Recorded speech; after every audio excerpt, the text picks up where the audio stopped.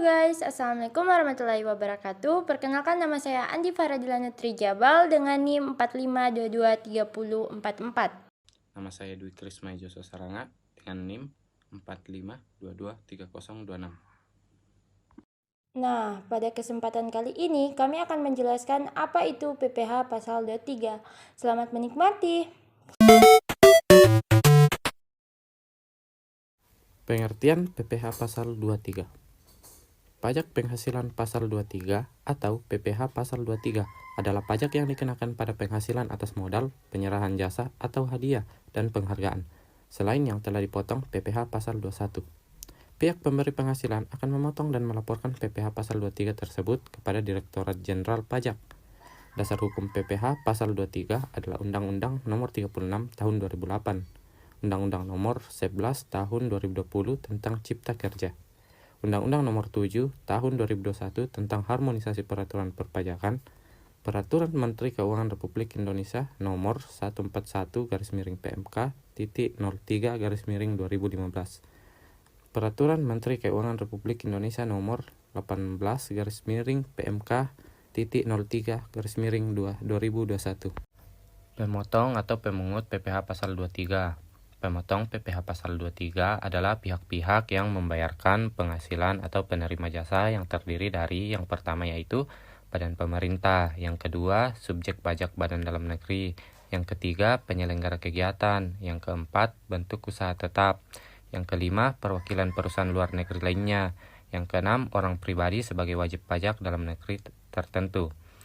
Yang ditunjuk oleh Kepala Kantor Pelayanan Pajak sebagai pemotong pajak penghasilan pasal 23 yaitu sebagai berikut.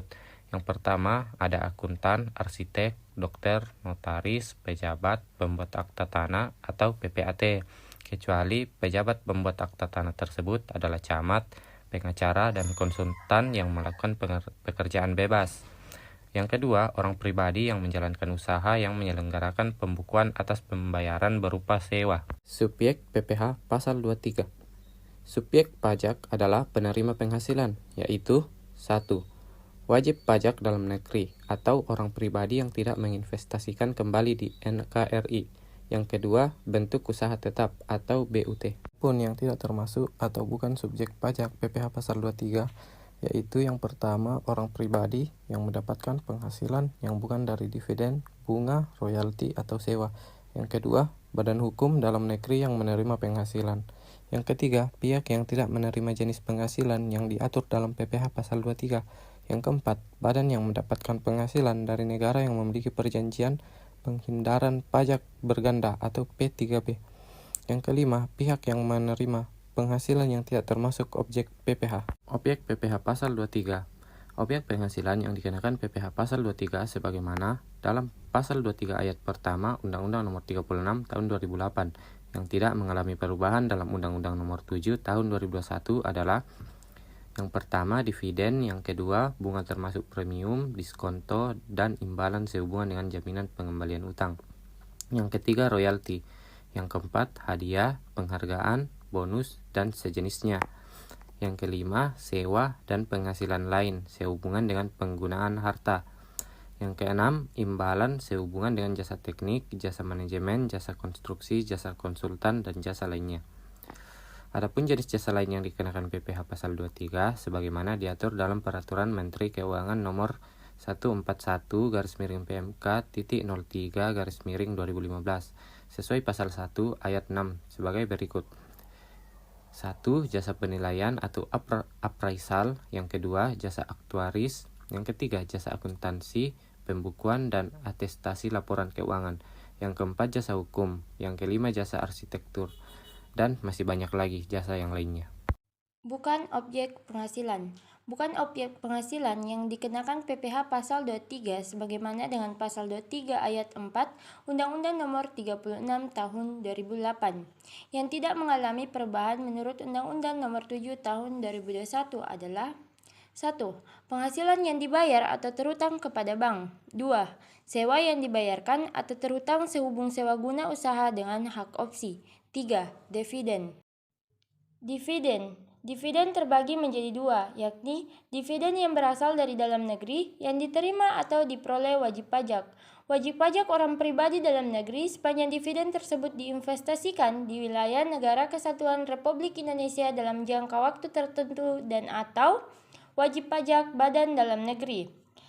2. Dividen yang berasal dari luar negeri dan penghasilan setelah pajak dari suatu bentuk usaha tetap di luar negeri yang diterima atau diperoleh wajib pajak badan dalam negeri atau wajib pajak orang pribadi dalam negeri sepanjang diinvestasikan atau digunakan untuk mendukung kegiatan usaha lainnya di wilayah negara kesatuan Republik Indonesia dalam jangka waktu tertentu dan memenuhi persyaratan berikut, yakni dividen dan penghasilan setelah pajak yang diinvestasikan tersebut paling sedikit sebesar 30% dari laba setelah pajak atau dividen yang berasal dari badan usaha di luar negeri yang sahamnya tidak diperdagangkan di Bursa Efek diinvestasikan di Indonesia sebelum Direktur Jenderal Pajak menerbitkan surat ketetapan pajak atau dividen tersebut.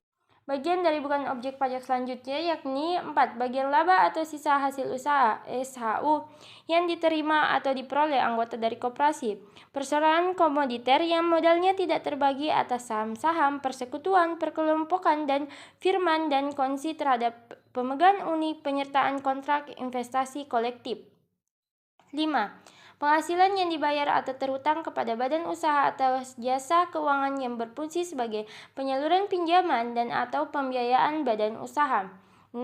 Dana setoran biaya penyelenggaraan ibadah haji BPIH dan atau BPIH khusus dan penghasilan dari pengembangan keuangan haji dalam bidang atau instruktur keuangan tertentu diterima Badan Pengelola Keuangan Haji BPKH. Bagian-bagian dari PPh pasal 23 antara lain dengan jenis penghasilan sewa atau harta, tarifnya yaitu 2% dengan keterangan sewa tanah, gedung, kendaraan, peralatan, dan lain-lain. Jasa misalnya jasa konsultasi, jasa akuntansi, dan jasa lain-lainnya, tarifnya yakni 2% dengan jasa yang diterima oleh pihak lain seperti konsultasi, iklan, dan transportasi. Bunga atau pinjaman obligasi 15%. Bunga yang diterima dari pinjaman atau obligasi. Dividen sendiri memiliki tarif yakni 15%. Dividen yang dibayar kepada pemegang saham jika tidak memenuhi syarat tarif final. Perhitungan PPh pasal 23. Jenis penghasilan dividen dalam negeri. Pengenaan pajak yakni bukan objek pajak. Penerima yakni wajib pajak badan dalam negeri, wajib pajak dalam negeri pribadi dengan syarat diinvestasikan di wilayah NKRI. Dividen luar negeri. Pengenaan pajak yakni bukan objek pajak dan PPh pasal 23. PPh pasal 23 dengan perhitungan 15% kali dividen yang tidak diinvestasikan atau seharusnya dibagikan. Wajib pajak dalam negeri yang tidak menginvestasikan atau seharusnya dibagikan. Bunga. Pengenaan pajaknya yakni bukan objek pajak. Yakni perusahaan reksadana atas bunga obligasi, bunga dari nasabah yang diterima. Bunga yang diterima anggota koperasi kurang atau sama dengan 240.000. Dengan pengenaan pasal PPh pasal 23 dengan perhitungan 15% yakni bunga obligasi atau diskonto obligasi pasar modal, 20% bunga yang dibayar bank kepada nasabah, 10% bunga yang diterima anggota koperasi lebih dari 240.000, 15% selain poin ACDF. Royalti sendiri pengenaan pajaknya yakni PPh pasal 23 dengan perhitungan 15% dikali jumlah royalti dengan ketentuan wajib pajak dalam negeri. Sewa. Dengan pengenaan pajak PPh pasal 23 dengan perhitungan 2% dikali jumlah bruto dengan penerima wajib pajak dalam negeri. 15% kali jumlah bruto tidak final dengan penerima sewa selain tanah atau bangunan. PPh pasal 4 ayat 2 UU PPh. Dengan perhitungan 10% final wajib pajak dalam negeri atas sewa tanah dan atau bangunan. Hadiah undian. Dengan pengenaan pajak PPh pasal 23 25% kali jumlah bruto. Final penerima hadiah undian. PPh pasal 23 15% kali jumlah bruto dengan penerima wajib pajak Badan Dalam Negeri. Jasa selain dipotong PPh pasal 23 Permenku nomor 141 garis miring PMK 03 garis miring 2015. Dengan pengenaan pajak PPh pasal 25 dengan perhitungan 2% dikali jumlah bruto tidak termasuk PPN dengan penerima yaitu jasa wajib pajak dalam negeri. Berikut beberapa contoh pengenaan PPh pasal 23. Contoh pertama yakni dividen. Perusahaan PT Surya, perusahaan yang berbadan hukum Indonesia, akan membagikan dividen kepada pemegang sahamnya. Salah satu pemegang sahamnya adalah perusahaan PT Dila Maju yang berbadan hukum di luar negeri sebagai wajib pajak luar negeri. Dividen yang dibagikan oleh perusahaan PT Surya kepada perusahaan PT Dila Maju sebesar 200 juta rupiah. Penyelesaiannya antara lain menghitung PPh pasal 23 yang dipotong. 1. Dividen yang diterima oleh PT Dila Maju adalah sebesar 200 juta. Maka PPh pasal 23 yang dipotong adalah 20% dikali 200 juta rupiah dengan hasil 40 juta rupiah. Setelah dipotong PPh pasal 23 sebesar 40 juta rupiah, perusahaan PT Dila Maju akan menerima sisa dividen sebagai berikut. Sisa dividen tersebut yakni 200 juta rupiah dikurangi 40 juta rupiah yakni 160 juta rupiah. Jadi perusahaan PT Dila Maju akan menerima 160 juta rupiah setelah dipotong pajak. Contoh 2. Penghasilan berupa bunga deposito. Dedi memiliki deposito di BNI dengan jumlah 150 juta. Dedi menerima deposito sebesar 15% setiap tahunnya. Diminta, hitunglah pajak bunga deposito selama setahun. Bunga deposito setahun 150 juta dikali 15%, yakni 22.500. Bunga deposito sebulan untuk mendapatkannya yakni 22.500 kita bagi dengan jumlah bulan dalam setahun yakni 12. 22.500 kita bagi dengan 12 sama dengan 1.875.000. Jadi PPh pasal 23 atas deposito sebulan yakni 1.875.000 kita kali dengan 20% sama dengan 375.000. PPh pasal 23 atas deposito setahun 375.000 kita kali 12 sama dengan 4.500. Adapun contoh ketiga yakni contoh sewa. Perusahaan PT Dila, sebuah perusahaan dalam negeri, menyewa gedung milik perusahaan PT IKA, sebuah perusahaan dalam negeri, untuk kegiatan operasional mereka.